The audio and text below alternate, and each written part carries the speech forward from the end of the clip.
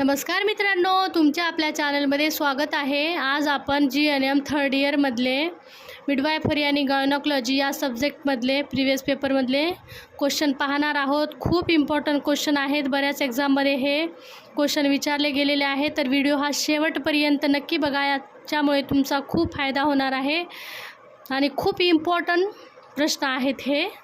चला तर आपण बघूया कोणकोणते प्रश्न आहेत ते। तर नंबर 1चा प्रश्न आहे आपला प्रस्तुतीपूर्व रक्तस्राव। प्रस्तुतीपूर्व रक्तस्राव म्हणजेच अँटीपार्टम हेमरेज APH। तर त्याची व्याख्या पाहूया आपण। 28 आठवड्यानंतर प्रस्तुतीपूर्व योनी मार्गातून होणारा रक्तस्राव म्हणजे APH। 28 आठवड्यानंतर योनी मार्गातून होणारा रक्तस्राव म्हणजे प्रस्तुतीपूर्व रक्तस्राव, ही झाली त्याची व्याख्या। आपण त्याचे कारणे पाहूया। त्याचे 3 कारणे आहेत, प्लासेंटा प्रिविया, प्लासेंटा ॲब्रॅप्शन आणि इतर कारणे, असे 3 कारणे आहेत त्याचं। आपण प्लासेंटा प्रिवियामध्ये काय काय होते ते पाहूया। प्लासेंटा खाली येतो, वेदनारहित रक्तस्राव असतो म्हणजे पेनलेस ब्लिडिंग असते याच्यामध्ये। तर काय आहे प्लासेंटा प्रिवियामध्ये? प्लासेंटा हा गर्भाशयाच्या खालच्या बाजूला रुजतो आणि याच्यामध्ये जेव्हा योनिमार्गातून रक्तस्राव होतो त्यावेळेस बाईला वेदना होत नाही, वेदनारहित रक्तस्राव होतो, पेनलेस ब्लिडिंग असते। आणि नंबर 2चं कारण आहे त्याच्यामध्ये प्लासेंटा ॲब्रॅप्शन। प्लासेंटा ॲब्रॅप्शनमध्ये काय आहे? प्लासेंटा वेळेआधी वेगळा होतो, म्हणजे कशापासून वेगळा होतो? गर्भाशयापासून। प्लासेंटा हा काही म्हणजे डिलिव्हरी होण्याच्या थोड्या दिवसापूर्वी किंवा 1 महिन्यापूर्वी वेगळा, गर्भाशयातून प्लासेंटा वेगळा होणे, याला काय म्हणतात? ॲब्रॅप्शन प्लासेंटा। तर याच्यामध्ये वेदना खूप असतात, सिव्हिअर वेदना असतात त्याच्यामध्ये, आणि रक्तस्राव हा मध्यम किंवा सौम्य स्वरूपाचा असतो। आणि इतर कारणामध्ये काय काय आहे? ट्रोमा इंजुरी आणि सर्वायकल प्रॉब्लेम। इतर कारणामध्ये काय? ट्रोमा इंजुरी, काही लागलं, काही ट्रोमा वगैरे झालं तरी पण प्रसूतीपूर्व रक्तस्राव होऊ शकतो, आणि सर्वायकल प्रॉब्लेम जर काही असेल तरीही प्रसूतीपूर्व रक्तस्राव होऊ शकतो। असे झाले त्याची 3 कारणे, प्लासेंटा प्रिविया, ॲब्रॅप्शन प्लासेंटा आणि इतर कारणे, असे 3 कारणे झाले। आपण त्याचे साईन आणि सिम्पटम पाहणार आहोत। त्याच्यामध्ये काय काय होतात लक्षणेमध्ये? योनी मार्गातून रक्तस्राव होतो, पोटदुखी ॲब्रॅप्शन प्लासेंटा असेल तरच पोटदुखी असते, प्लासेंटा प्रिविया असेल तर पोटदुखी नसते। तर याच्यामध्ये बाईला कमजोरीनेस जाणवते, नाडी वेगवान होते, रक्तदाब कमी होतो आणि गर्भाची हालचाल कमी जाणवते। तर काय काय आहे साईन अँड सिम्पटम याच्यामध्ये? योनी मार्गातून रक्तस्राव होतो, पोटदुखी असते, कमजोरी असते, विकनेस, आणि नाडी वेगवान होणे, रक्तदाब कमी होणे आणि गर्भाची हालचाल पण कमी जाणवणे बाईला, असे होते याचे चिन्ह आणि लक्षणे। आपण त्याचे धोके पाहणार आहोत, म्हणजे गुंतागुंत काय होऊ शकते हे झाल्यावर। आई शॉकमध्ये पण जाऊ शकते, प्रसूतीपूर्व रक्तस्राव जर होत असेल तर आई शॉकमध्ये जाऊ शकते, बाईला ऑक्सिजन कमी मिळते, आई शॉकमध्ये जाऊ शकते, बाळाला ऑक्सिजन कमी मिळते आणि प्रीटर्म डिलिव्हरी होऊ शकते।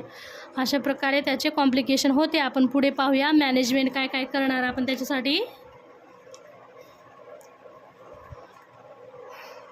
मॅनेजमेंट काय करणार? त्याला बेड रेस्ट देणार, IV फ्लूइड देणार, BP मॉनिटरिंग करणार, हॉस्पिटल ट्रीटमेंट त्यांना देणार। ओके, तर त्याला बेड रेस्ट देणार, इमोशनल सपोर्ट करणार, तिला IV फ्लूइडची गरज असेल तर IV फ्लूइड देणार। त्याच्यासाठी आपण तपासण्या काय काय करणार पहा। त्याची रक्ताची तपासणी करणार, HB हिमोग्लोबिनची तपासणी करणे, ब्लड ग्रुप तपासणे, CBC करणे, अल्ट्रासोनोग्राफी करणे, फिटल हार्ट रेट मॉनिटरिंग करणे, fetal heart rate sound check करणे। त्याला नर्सिंग मॅनेजमेंट अजून काय करणार?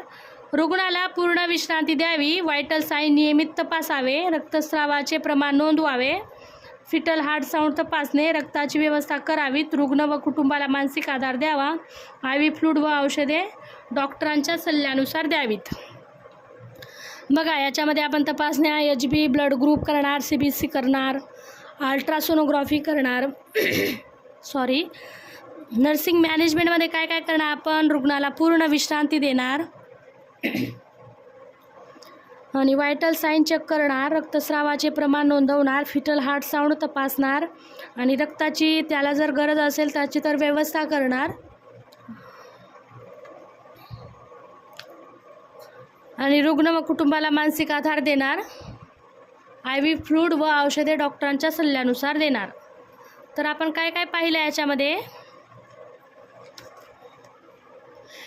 पाहिलं आपण त्याची व्याख्या पाहिली. व्याख्यानंतर आपण त्याचे मुख्य कारणे काय काय आहे पाहिले आणि 3 कारणे आहेत आणि लक्षणे. नंतर मग त्याचे कॉम्प्लिकेशन पाहिलं. कॉम्प्लिकेशन नंतर आपण त्याचे व्यवस्थापन काय करणार, व्यवस्थापन केल्यानंतर आपण त्याच्या तपासण्या काय काय करणार, तपासण्या केल्यानंतर त्याची नर्सिंग मॅनेजमेंट काय करणार ते पाहिलं. कन्क्ल्युशन म्हणजे निष्कर्ष हे लास्टला लिहावं लागते. तर APH ही गंभीर स्थिती असून वेळेवर उपचार गरजेचे आहे. काय आहे मग, APH ही गंभीर स्थिती असूनही वेळेवर जर याचा उपचार झालं ना तर चांगला फायदा होऊ शकतो. तर आजचा हा एक प्रश्न आपला कव्हर झाला. आपण दुसरा प्रश्न पाहूया आता. फोर्सेप्स डिलेव्हरी बऱ्याच वेळा 5 मार्कासाठी पण विचारला गेलेला आहे आणि फरक स्पष्ट करा याच्यामध्ये पण विचारला गेलेला आहे. हा प्रश्न खूप इम्पॉर्टंट प्रश्न आहे हा. तर बघूया आपण फोर्सेप्स डिलेव्हरीमध्ये काय काय आहे. फोर्सेप्स डिलेव्हरी म्हणजे प्रसूती दरम्यान बाळाचे डोके बाहेर काढण्यासाठी डॉक्टर विशेष इन्स्ट्रुमेंट म्हणजेच फोर्सेप्स वापरतात. यालाच फोर्सेप्स डिलेव्हरी म्हणतात. तर फोर्सेप्स डिलेव्हरी म्हणजे काय, प्रसूती दरम्यान बाळाचे डोके बाहेर काढण्यासाठी डॉक्टर विशेष इन्स्ट्रुमेंट वापरतात. त्यालाच काय म्हणतात, फोर्सेप्स डिलेव्हरी. बाळाचे डोके बाहेर काढण्यासाठी वापरल्या जाणारा इन्स्ट्रुमेंटला फोर्सेप्स म्हणतात.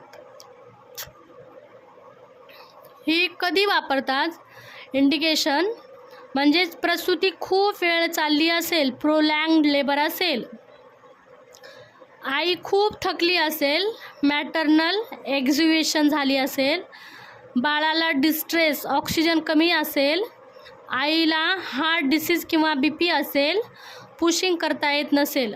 तरी कधी करतात फोर्सेप्स डिलेव्हरी, जर बाई खूप थकली असेल, बाळाला जर ऑक्सिजनची कमतरता होत असेल, आईला जर हार्ट डिसीजचं प्रॉब्लेम असेल, आई जर खूप थकून पुशिंग त्याला करता येत नसेल तरी करतात.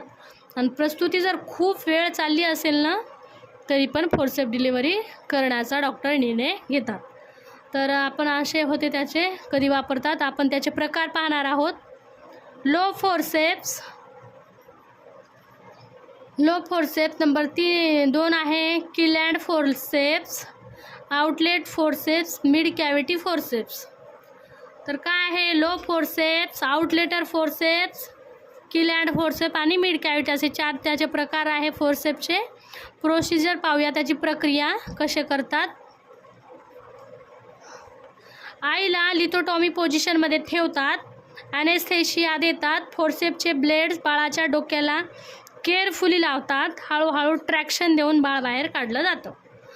तर कशी प्रक्रिया आहे, आईला लिथोटॉमी पोझिशन देतात, आईला ॲनेस्थेशिया पण देतात, भुलीचं इंजेक्शन देतात आईला, फोर्सेप्सचे ब्लेड बाळाच्या डोक्याला केअरफुली पकडतात.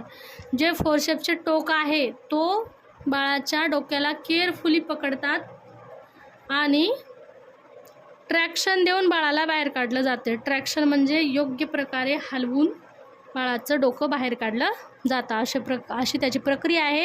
याच्यामध्ये फायदे काय होणार आईला, ॲडव्हान्टेज, प्रसूती लवकर पूर्ण होते, आई व बाळ दोघांनाही मदत होते, एमर्जन्सीमध्ये उपयोगी होतो. तर याच्यामध्ये फायदे काय आहे, प्रसूती लवकर पूर्ण होते, आई व बाळ दोघांनाही मदत होते, एमर्जन्सीमध्ये त्याचा उपयोग होतो. असे होते त्याचे फायदे. कॉम्प्लिकेशन पाहूया आपण, आईला आणि बाळाला काय काय कॉम्प्लिकेशन होऊ शकतो. ही जर डिलेव्हरी फोर्सेप्स डिलेव्हरी करत असताना आईला काय काय याच्यामध्ये धोके होऊ शकतात ते पाहूया आपण. तर आईला होणारा धोका आहे वजायनल टिअर म्हणजे मूत्राशयाला इजा होणे, गुद्धाशयाला इजा होणे, ब्लिडिंग, शॉकमध्ये जाऊ शकते आणि सुतिका दोष पण होऊ शकतो. तर काय आईला काय धोका होऊ शकतो? वजायनल टियर म्हणजे वजायनला जखम होणे, मूत्राशयाला पण जखम होणे, गुद्दाशयाला पण जखम होऊ शकतो आणि ब्लिडिंग जास्त होऊ शकते आणि शॉकमध्ये पण आई जाऊ शकते. हे झालं आईला कॉम्प्लिकेशन. आणि बाळासाठी काय काय होऊ शकतो? हेड इंजुरी होऊ शकते बाळाला, मार्क्स ऑफ फेस म्हणजे काहीतरी खुणा चेहऱ्याला होणे, श्वासारोध, मेंदूला इजा होणे, उपजत मृत्यू, मेंदूमध्ये रक्तस्राव. जर बाळाचं तर याच्यामध्ये मृत्यू होऊ शकतो, उपजत मृत्यू होऊ शकतो, मेंदूमध्ये रक्तस्राव होऊ शकतो, मेंदूला इजा होऊ शकते, त्याला श्वास घेण्यास त्रास होऊ शकतो, त्याच्या चेहऱ्यावर काहीतरी खून होऊ शकते, हेड इंजुरी म्हणजे डोक्याला काहीतरी इंजुरी होऊ शकते. अशा प्रकारे बाळाला धोका होऊ शकतो. ह्याच्यासाठी कन्क्लुशन काय आहे? निष्कर्ष, फोर्सेप डिलेव्हरी ही एक इम्पॉर्टंट असिस्टंट डिलेव्हरी आहे. ती योग्य वेळ केल्यास आई व बाळ दोघांचाही जीव वाचू शकतो. फोर्सेप्स डिलेव्हरी ही एक अत्यंत इम्पॉर्टंट असिस्टंट डिलेव्हरी आहे. जास्तीत जास्त जर नर्सने व्यवस्थित प्रकारे डॉक्टरांना जर असेस केलं तर योग्य वेळी आई व बाळांचे दोघांचाही जीव वाचू शकतो. अशा प्रकारे आहे प्रसूतीपूर्व रक्तस्राव, forceps delivery.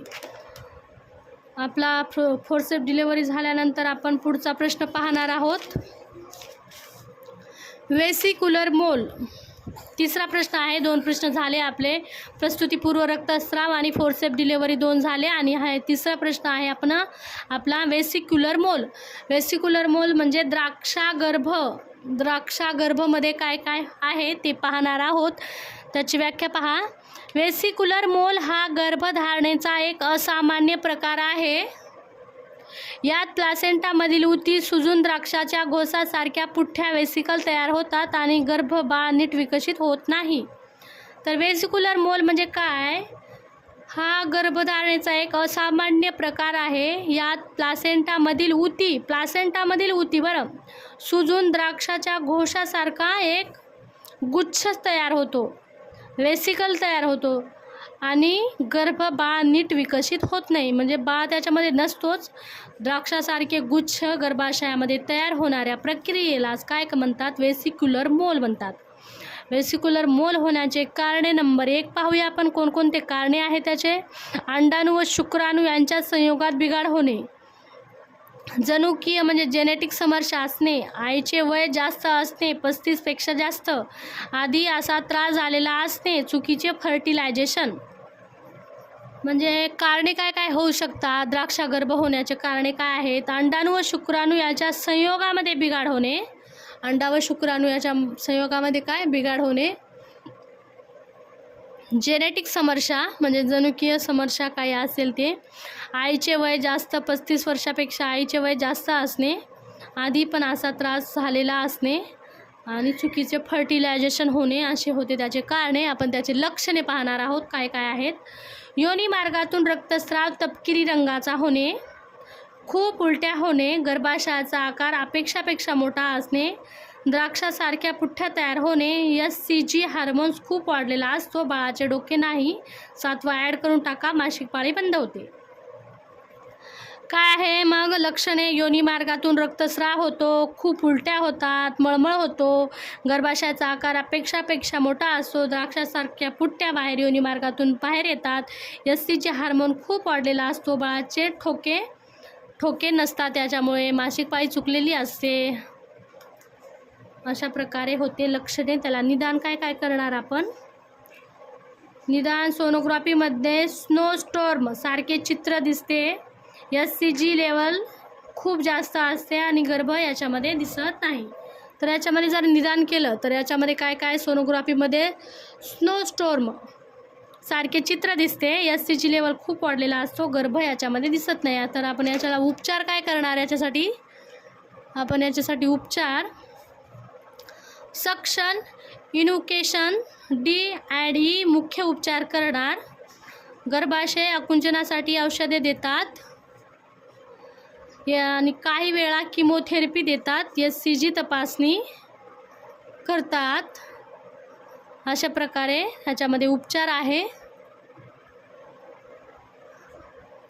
Suction, invocation, D&E मुख्य उपचार, गर्भाशय आकुंचनासाठी औषधं देतात. काही वेळा किमोथेरपी पण द्यावं लागते. SCGसाठी नियमित तपासणी करावं लागते. याच्यामध्ये नर्सिंग मॅनेजमेंट काय करणार, रुग्णाचे व्हायटल साईन म्हणजे BP, नाडी तपासणे, रक्तस्रावावर लक्ष ठेवणे, रुग्णाला मानसिक आधार देणे, इंटेक आउटपुट चार्ट ठेवणे, नियमित तपासणीसाठी तयारी ठेवणे. अशा प्रकारे नर्सिंग मॅनेजमेंट आपण त्याच्यावर करू शकतो. तर काय काय, रुग्णाचे व्हायटल साईन चेक करणे, रक्तस्रावावर लक्ष ठेवणे, रुग्णाला मानसिक आधार देणे, इंटेक आउटपुट चार्ट तयार ठेवणे, नियमित तपासणीसाठी तयारी ठेवणे. याच्यामुळे गुंतागुंत काय होऊ शकतो,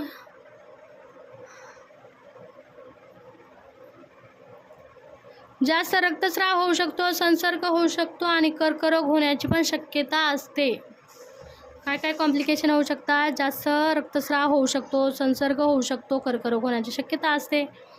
तर आपण वेसिकोल मोलमध्ये काय काय पाहिलं ते पाहूया. आपण वेसिकोल मोलमध्ये त्याची व्याख्या पाहिली, व्याख्यानंतर आपण त्याचे कारणे पाहिले, कारणेनंतर त्याचे लक्षणे पाहिले, लक्षणेनंतर त्याचं निदान पाहिलं, निदान पाहिल्यानंतर आपण त्याला उपचार काय करणार ते पाहिलं आणि नर्सिंग मॅनेजमेंट पाहिली आणि त्याची गुंतागुंत पाहिली. पुढचा प्रश्न पाहूया आपण, चौथा. HIV एड्स बऱ्याच वेळा विचारला गेलेला आहे, बऱ्याच प्रिव्हियस पेपरमध्ये आहे हा प्रश्न विचारलेला गेलेला आहे. HIV एड्सची व्याख्या पाहूया. HIV इम्युनोडिफिशियन्सी व्हायरस हा एक विषाणू आहे जो शरीरातील रोगप्रतिकार शक्ती म्हणजे इम्युनिटी कमी करतो. या आजाराची शेवटी अवस्था एड्स ॲक्वायर्ड इम्युनोडिफिशियन्सी सिंड्रोम म्हणतात. तर काय, HIV ह्युमन इम्युनोडिफिशियन्सी व्हायरस हा एक काय आहे, विषाणू आहे जो शरीरातील रोगप्रतिकार शक्तीवर हल्ला करतो आणि आपली इम्युनिटी कमी करतो. या आजाराची शेवटची जी अवस्था होते त्याला काय म्हणतात, एड्स. एड्सचं लॉंग फॉर्म काय आहे, ॲक्वायर्ड इम्युनोडिफिशियन्सी सिंड्रोम असं त्याचं लॉंग फॉर्म आहे. कशामुळे होऊ शकतो HIV, त्याचे कारणे काय आहेत ते पाहणार आहोत. तर नंबर 1चं कारण आहे असुरक्षित लैंगिक संबंध, संक्रमित रक्त, सुई सिरिंज शेअर करणे आईपासून बाळाला, प्रेग्नन्सी, डिलेव्हरी, ब्रेस्ट फिडिंग. तर कशामुळे होऊ शकतो HIV, असुरक्षित लैंगिक संबंध ठेवले तर, संक्रमित रक्त, ज्या व्यक्तीचा HIV पॉझिटिव्ह आहे त्याचं जर ब्लड घेतलं तर त्यामुळे पण HIV होऊ शकतो. सुई, जर त्या व्यक्तीची सुई जर वापरली दुसऱ्याला तर HIV होऊ शकतो. आणि आईपासून बाळाला डिलेव्हरी करताना होऊ शकतो. ब्रेस्ट फिडिंग जर आई त्या बाळाला करत असेल, आई जर पॉझिटिव्ह असेल आणि ब्रेस्ट फिडिंग जर करत असेल तरीही बाळाला होऊ शकतो. त्याचे लक्षणे काय काय आहे ते पाहणार आहोत. त्याचे लक्षणे प्रारंभिक आणि उशिरा दिसणारे लक्षण आहेत. प्रारंभिकमध्ये पहिलं ताप येतो, घसा दुखतो, थकवा असतो. प्रारंभिकमध्ये काय असतो, पहिले ताप असतो, घसा दुखतो, थकवा असतो. उशिरा मग काय काय होऊ शकतात, वजन खूप कमी होतो, वारंवार संसर्ग होऊ शकतो, TB त्याच्यामध्ये होऊ शकते, निमोनिया पण होऊ शकतो, अतिसार म्हणजे डायरिया, त्वचेवर पुरळ येतात, CD4 काउंट कमी होतो. तर अशा प्रकारे आहे त्याचे लक्षणे, ताप येणे, घसा दुखणे, थकवा येणे, वजन कमी होणे, वारंवार संसर्ग, TB, निमोनिया असे आजार होणे, अतिसार होणे, त्वचेवर पुरळ होणे आणि CD4 काउंट कमी होणे असे त्याचे लक्षणे आहे. आपण त्याच्यासाठी निदान डायग्नोसिस काय करणार, डायग्नोसिस आपण त्याच्यासाठी HIV test, ELISA rapid test करणार, वेस्टर्न ब्लॉट कन्फर्मेटरी टेस्ट करणार, CD4 काउंट करणार आणि व्हायरल लोड टेस्ट करणार. कोणकोणत्या टेस्ट करणार, CD4 काउंट करणार, western blot confirmatory test, HIV test, ELISA rapid test करणार आणि व्हायरल लोड टेस्ट अशा प्रकारे त्याच्या टेस्ट करणार. त्याला ट्रीटमेंट काय करणार, ART therapy, anti retro therapy मुख्य उपचार, आयुष्यभर औषधे घ्यावे लागतात. इन्फेक्शन कंट्रोलसाठी सपोर्टिव्ह ट्रीटमेंट द्यावा लागते. ह्याला ART थेरपी चालू करावं लागते, आयुष्यभर याचं औषधं त्याला घ्यावं लागतात. इन्फेक्शन कंट्रोल करण्यासाठी त्याला सपोर्टिव्ह ट्रीटमेंट पण द्यावं लागते. नर्सिंग मॅनेजमेंट काय काय करणार आपण याच्यामध्ये. नंबर 1 आहे रुग्णाला मानसिक आधार देणे, औषधं नियमित घेण्यास सांगणे, संसर्ग टाळण्यासाठी काळजी घेणे, पोषणयुक्त आहार घेणे, वैयक्तिक स्वच्छता राखणे, काउन्सिलिंग करणे. तर रुग्णाला मानसिक आधार देणे, त्याला औषधं नियमित वेळेवर घेण्यास सांगणे, संसर्ग टाळण्यासाठी स्वतःची काळजी कशी घ्यायची हे त्याला शिकवणे, पोषणयुक्त आहार घेणे, वैयक्तिक स्वच्छता राखण्यास सांगणे त्याला आणि काउन्सिलिंग करणे, त्याला सल्ला मसलत करणे. आणि प्रिव्हेन्शन काय काय करणार आपण त्याच्यासाठी? प्रिव्हेन्शन सुरक्षित लैंगिक संबंध ठेवायला सांगणार त्याला, सुई शेअर न करणे, दुसऱ्याला सुई शेअर न करू देणे, त्याला रक्त तपासूनच घेणे, जागरूकता वाढवणे आणि प्रेग्नेंट मदरमध्ये तपासणी उपचार करणे. तर यामध्ये प्रिव्हेन्शनमध्ये काय आहे? सुरक्षित लैंगिक संबंध ठेवणे, सुई शेअर न करणे, रक्त तपासूनच घेणे, जागरूकता वाढवणे, जनजागृती करणे याबद्दल.